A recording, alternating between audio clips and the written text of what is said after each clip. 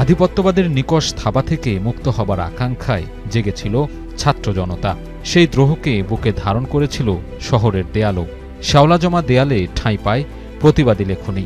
শ্রাবণ বিদ্রোহের পটভূমিতে প্রাচীরও যেন হয়ে ওঠে প্রতিবাদের ক্যানভাস।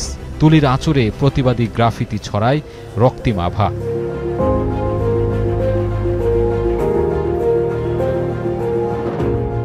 বুলেটের বিপরীতে তারুণ্যের অনুপ্রেরণা ছিল রংতুলি। দেয়ালে দেয়ালে মুক্তির বারতা ছড়িয়ে দিয়েছিলেন তরুণরা। ভয়কে জয় করে তাদের আঁকা গ্রাফিতি অগ্নিশিখা হয়ে জ্বলেছিল গণমানুষের মনে। রাজনৈতিক আকাঙ্ক্ষা আর গণমানুষের ক্ষোভের ভাষা নিয়ে নীরবতা ভেঙেছিল শহরের এসব জীর্ণশীর্ণ মলিন দেয়ালগুলো। এসব দেয়ালে উচ্চারিত হয়েছে ছাত্র জনতার অব্যক্ত কথামালা। 24 জুলাই আগস্টের উত্তাল দিনগুলোতে এই দেয়ালগুলো ছিল সাম্য, প্রতিবাদ আর ভ্রাতৃত্ববোধের এক অনন্য নিদর্শন।